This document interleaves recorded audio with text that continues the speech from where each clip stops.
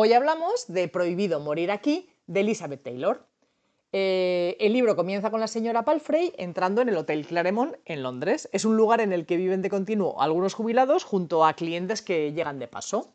Pues ella estaba tan tranquilamente pasando en Escocia unos días con su hija y de repente pues vino el periódico un anuncio de este hotel diciendo que presentaba tarifas reducidas en invierno y comida excelente, y dijo, pues allá que me voy, porque sabía perfectamente que si por lo que fuese no era un lugar agradable o ella no se sentía cómoda, no estaba obligada a quedarse porque, bueno, pues no era una residencia de ancianos.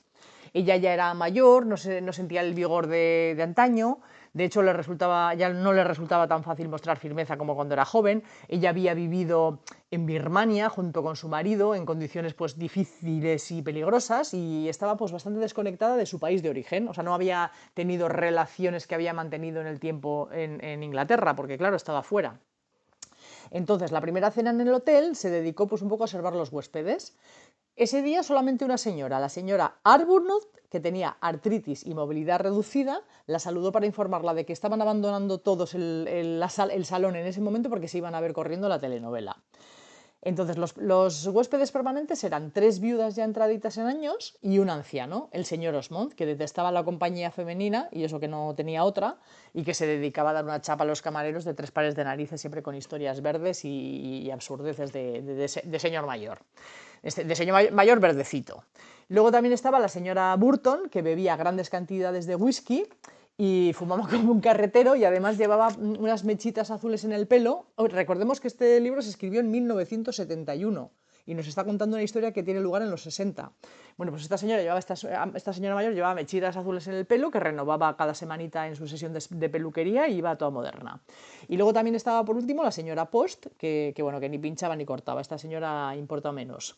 Bueno, pues la vida allí era tan rutinaria que solamente el hecho de la aparición del menú del día era una superaventura. Empezaban todos ya a revolotear alrededor de la carta para ver qué había para comer, y bueno, pues marcaba un poco las pausas del día. La señora Palfrey empezó a coger confianza con la gente y les contó ilusionadísima a todos los demás pues que tenía un nieto que la iba a visitar en breve. Claro que empiezan a pasar los días y del nieto ni aire. Y claro, como había una especie de competición por ver quién estaba más solo, de repente la señora Arbuthnot le dice que como no aparezca su nieto, van a acabar creyendo que era solo una invención. Y jolín, se quedó la señora Palfrey tiesa, ¿no? Como diciendo, madre mía. Total, que leo textualmente. Desmond no aparecía, que era su nieto. La señora Palfrey ya casi había terminado de tejer el jersey para su nieto, y todos en el hotel sabían que él no había pasado a recogerlo. Guardar las apariencias había constituido una parte importante de la vida en Oriente, y la señora Palfrey se proponía seguir guardándolas en Londres. Es una actitud que suele acarrear problemas, y el caso de la señora Palfrey no era precisamente la excepción, ya que la obligaba a mentir y a recordar las mentiras. Tuvo que inventar enfermedades para Desmond y viajes al extranjero relacionados con su trabajo, un trabajo que ella lo sabía no exigía viajes al extranjero. Todo aquello era una pesada carga para ella, a la que se agregaba la tristeza secreta de comprobar que no tenía parientes en Londres después de todo, y que el joven estudioso y un tanto remilgado del que siempre se había sentido orgullosa no parecía tener el menor interés en ella. Ni siquiera había contestado a sus cartas ni a sus invitaciones a cenar en el Claremont. Creía que los jóvenes siempre tenían hambre e iban cortos de dinero, pero era evidente que su nieto no estaba tan hambriento ni era tan pobre como para necesitar la ayuda de su abuela. No solo se sentía despreciada, sino también indignada. Estaban en juego los buenos modales. Las cartas deben contestarse. Los días pasaban y él seguía sin escribir ni aparecer. Y ella deseó fervientemente no haberlo mencionado jamás en el Claremont. Empezaba a sentir que la compadecían. Todos los otros huéspedes recibían visitas, incluso los parientes lejanos cumplían con su deber de vez en cuando. Se quedaban un rato, elogiaban las comodidades del hotel y se marchaban aliviados. A la señora Palfrey le resultaba inconcebible que su único nieto, su heredero de hecho, se mostrara tan desconsiderado. Bueno, pues desesperadísima por no recibir ninguna visita, no se le ocurrió otra cosa que escribir a un par de amigas suyas del año de Maricastaña, invitándolas al hotel a cenar con ella, esperando que si por lo menos no la visitaban, pues la escribiesen, y así tenía un poquito una excusa, no sabes, una coartadilla de que mira, me han escrito, ¿no? Pero claro, nada de nada, silencio absoluto, le salió el tiro por la culata. Su soledad se hacía cada vez más palpable, se hacía cada vez más profunda y, lo que era peor, más evidente y más clara a los ojos de los otros huéspedes permanentes del hotel. Total que el tiempo pasa y un día la señora Arbuthnot, que era una notable lectora, le pidió que fuese a la biblioteca a cogerle un libro, porque lo hacía normalmente la señora Post, esta que ni pinchaba ni cortaba, pero ese día pues estaba indispuesta y se lo pidió a nuestra prota. Pues ese cambio puntual en su rutina la entusiasmó. Se encaminó ahí decidida a su destino, pero a la vuelta pues tuvo tan mala suerte, o no, que se resbaló y se cayó. Y como era una mujer contundente, pues el ruido llegó hasta un vecino de las inmediaciones que corrió raudo y veloz a socorrerla. Se trataba de Ludo, que era un joven trabajador de Harrods que aspiraba a ser escritor. El pobre pasaba más hambre que el gato a la tía Rosa, y nuestra prota le invitó a cenar un día con ella en el hotel para agradecerle su amabilidad. Y como se comportaban como niñas de guardería, pues cuando la señora Palfrey llegó al hotel, le dijo al camarero en voz ostensiblemente alta para que la señora Arbuthnot la pudiese oír, que esperaba cenar con un invitado el próximo sábado.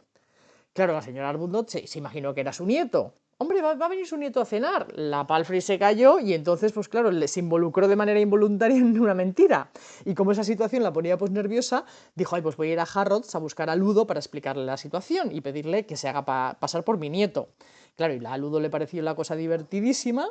Total, que llegó el sábado convenido y allí apareció Ludo a la vista de todos, para máximo orgullo de la señora Palfrey, haciéndose pasar por su nieto y disfrutando de una encantadora velada con ella, generándole a la señora Arbuthnot una envidia de 3 pares de narices, a pesar de que ella siempre recibía la visita de sus hermanas, pero bueno, claro, esto le daba envidia. Bueno, pues luego los domingos en el hotel eran como un letargo espantoso, y lo mismo ocurría también en la vida de Ludo, que lo que hacía era pues aprovechar ese día para escribir a su madre, porque él provenía de una familia desestructurada. Desde que se murió su padre, la madre se marchó con un comandante a vivir al quinto carajo y pasaba del hijo bastante, bueno, totalmente, ¿no? Y entonces luego solía ir a la lavandería. Bueno, pues ese día en la lavandería conoció a una chica que se llamaba Rosy, que trabajaba en una tienda de ropa y que provenía de una familia un poquito de clase más alta que él, porque él era de clase bajísima tirada, y la invitó a cenar. Y bueno, pues hasta ahí, ¿no? Empiezan a pasar los días y la señora Palfrey todavía seguía pensando en Ludo. Se preguntaba si volvería alguna vez, porque bueno, en la despedida había sido impreciso y no le había dejado abierta la posibilidad igual a una nueva invitación. Y luego, claro, mientras tanto la señora Arbuthnot y Lapos estaban todo el rato haciéndole constantes referencias a su nieto y la mortificaban de una manera pues mortal. Bueno, pues total que mientras, Ludo un día pues invitó a cenar de nuevo a Rosy y al ir a buscarla pasó por el hotel y de repente sintió como una especie de punzada de culpa por como de abandonar a una abuela. Y bueno, pues ahí se queda. Pero siguen pasando los días y Ludo de repente decide ir a visitar a su madre, justo el mismo sábado en el que la señora Palfrey había decidido que iba a ir a visitarlo a él, con lo cual, desencuentro total. Ella le estaba llevando un paquete y una nota que dejó a la puerta. Y entonces él regresó de la visita de su madre decepcionadísimo, porque su madre, bueno, tenía unas ganas de echarle ya de casa, o sea, casi no le dio ni de comer, o sea, como, bueno, pues vale, ya hemos tomado un té, ya te puedes ir largando, que además va a venir el comandante y me medio molestas, ¿no? Y entonces se volvió decepcionado, triste, con sentimiento de orfandad, de abandono, de tener una madre a la que no le importaba ni un carajo y que no se preocupaba por él para nada. Y entonces de repente cuando vio el paquete al llegar a casa se pensó al principio que era de Rosy, pero cuando ya vio la nota vio que era de la señora Palfrey. Bueno, pues hacía un frío invernal de la leche y de repente era un jersey precioso, súper cálido y se lo puso en el acto. Y de repente se sintió como conmovido, contento, agradecido y pensó que debía de hacer algo por ella. Así que en ese momento se puso a escribirla.